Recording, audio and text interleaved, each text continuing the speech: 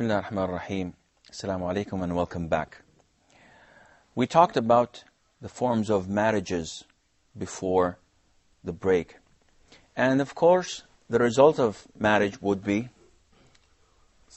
having children. Yeah, yes. So it's also appropriate to know what was the relationship between the Arabs with their children before the birth and revelation of the Prophet ﷺ. They were split into two. Some of them would love their children to the extent that they would give their lives in return. And unfortunately, the other part, they would bury their children alive, whether because of poverty or because of the fear of shame. Yeah.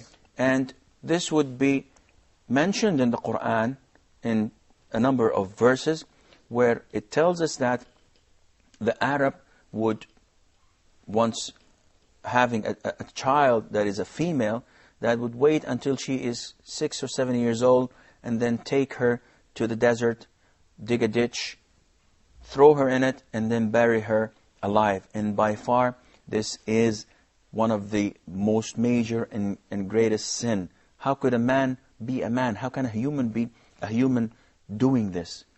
There are some reports that Umar ibn al-Khattab did something like this, and that he laughed and cried. And one of the things that made him cry, as the story says, that he once buried one of his daughters, and while he was trying to put the sand over her, she used to clean his beard from the sand. So whenever he remembered this, he cried. But this is not an authentic story, and we do not accept that Umar ibn al-Khattab, may Allah be pleased with him, did anything like this.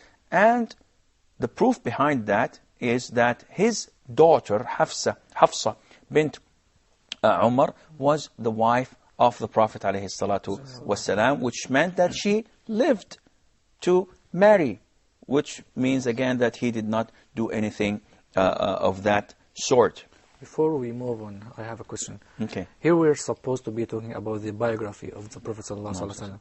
And I think when you study the biography, it starts with the birth of that person. Okay. But here we're talking about the conditions of the Arabian Peninsula before the coming or the birth of Prophet ﷺ. What this has to do with that? The answer is very simple. You have to study the time and the location before the birth of the Prophet ﷺ, just to understand the situation, why he was revealed to them, why he was sent to them. Without understanding the circumstances surrounding his birth, without knowing the goods and bads of that situation, you would not be able to evaluate the importance of him being sent there. Because all the Arabs, all the sane Arabs at that time, thought that there has to be a light at the end of the tunnel. Life was so miserable, was so difficult to the community as a whole, that this chaos, this lack of order was unbearable. For example, it was not just the fornication and the way they treated their family. It was also the way they treated their tribes and next of kin. They felt very strong towards their tribes and next of kin. They had a very strong relationship to the extent that wars were initiated for the silliest of reasons. For example, a man slapped another man on the face. They had a feud. They quarreled a little bit. Each one went back to his family. His family came the following morning and they started fighting with the other family. They went back to their tribes and the tribes initiated a full-scale war. Simply because of a very silly problem. And it showed you that this is one of the good things, which is to be strongly connected to your relatives, but it was in a bad sense because it meant that you are ready to be an aggressor with your relative, though he is the unfair and the unjust person. Also, having said that, we have to know that the Arabs at that time had gambling in their blood, which is a very bad thing, which is forbidden in Islam. Gambling is a major sin. The Arabs at that time also adored intoxicants. But having said that, they did not have any cocaine, heroin, crack, or whatever. They had wine. And they loved wine so much to the extent that they used to call the grape tree as being generosity. Because whenever they drank, they felt so generous, they gave all their money while they were drunk. And they did so many bad things as well. But this was the only thing that remained in the memory after waking up and being sober. They thought that, I've lost everything. Well, this is part of generosity. They also, as mentioned before, used to kill their children, males and females, by burying them. And they, among them was spread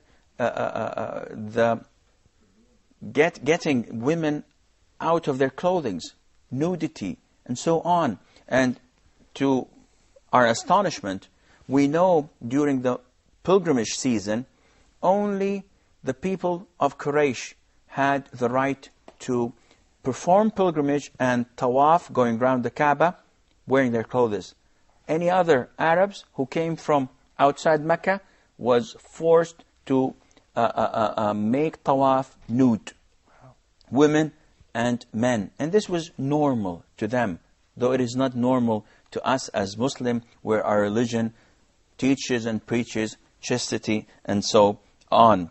And again, it was very normal to have feuds and to get wars initiated for any simple reason. So if an Arab did not have anything to do, he goes to his tribe and say, what about visiting our neighbors for the rest of the day? And they go and kill and loot whatever they can at that time. All of this was there among the Arabs. But this was not it. They had some good things in them, in the sense that not all the Arabs shared all of this being evil without any good ethics and morals. On the contrary, the Arabs were known, and still are, they're known to be very generous. The Arabs are known to be fulfilling their promises. So whatever promises they give and make, they usually keep them. The Arabs at that time were known to be courageous. And one would give away his life for any simple reason, just to prove that he is not yellow and he's not a coward. Also, the Arabs were known to be jealous, in the sense that if they're married, if they have girls, daughters, they are so jealous on them that they are willing to kill people if they simply say a bad word about their family. And they also had pride in them. And again, this is in the Arab standards before Islam, which meant that they would never beg. They would rather kill than beg. And this is pride, but it is un-Islamic, because killing is a major sin. So you might as well beg, which is far lesser sin than to kill. But the Arabs at that time, the Bedouins, the nomads, those who were the offsprings of Abraham and Ishmael, who lived in Mecca, had this pride in them to the extent that they would never ever allow anyone to control them. And that is why they were difficult to control. Now, going back to Muhammad's question, why are we talking about the environment that preceded the birth of the Prophet ﷺ? Just to tell you how things were. And there were Arabs that thought that there has to be a light at the end of the tunnel. Because with all these problems, with all these bad things happening in the society, the strong eat the weak, the rich deprives the poor from his rights. You had a very big gap in the society. You had people eating in plates made of silver and gold, while others could not find something to fill their starving stomachs with. So there were Arabs that were looking for a light at the end of the tunnel. Some of them was Zayd ibn Amr ibn Nufayl, who used to worship Allah Azza wa Jal, and who used to buy these girls that their fathers wanted to bury them alive. He used to go to them before they kill their children and say, I'll buy them off for you.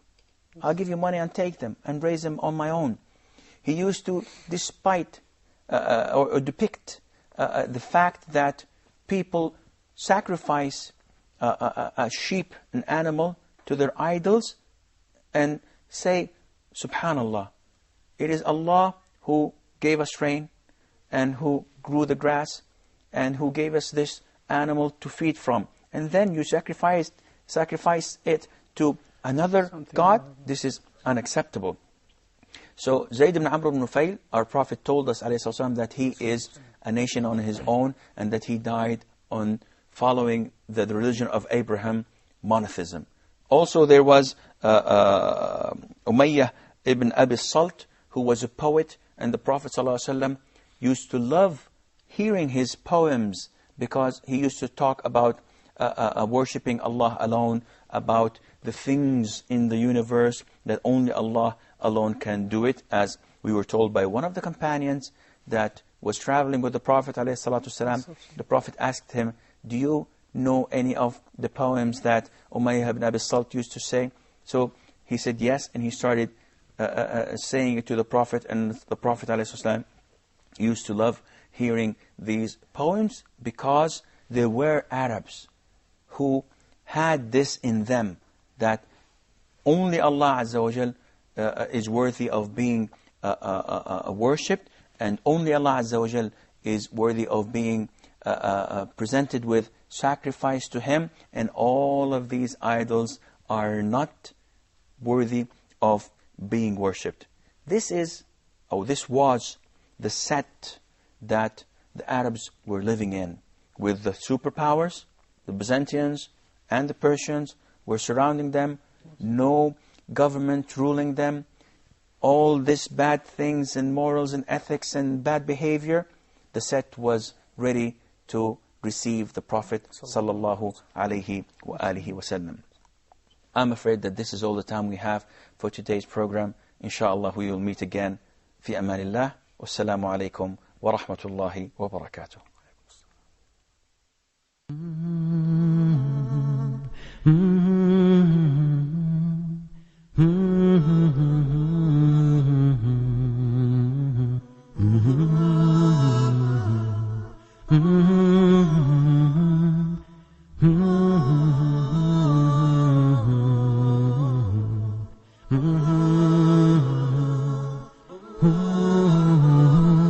Oh